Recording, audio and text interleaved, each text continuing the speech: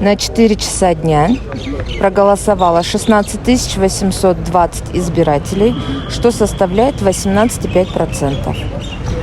Выборы идут в должном уровне. На комиссиях комиссии работают в должном порядке. Сбой аппаратуры незначительно бывает, но их тут же сразу устраняют. Выборы идут хорошо.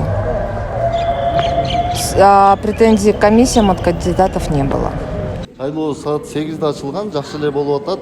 Наш избирательный участок открылся ровно в 8:00. Выборы идут хорошо, не было выявлено никаких правонарушений.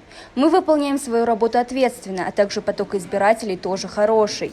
Не было никаких сбоев в работе аппаратуры. На самом деле выборы должны проходить вот таким образом. Мы за всем наблюдаем.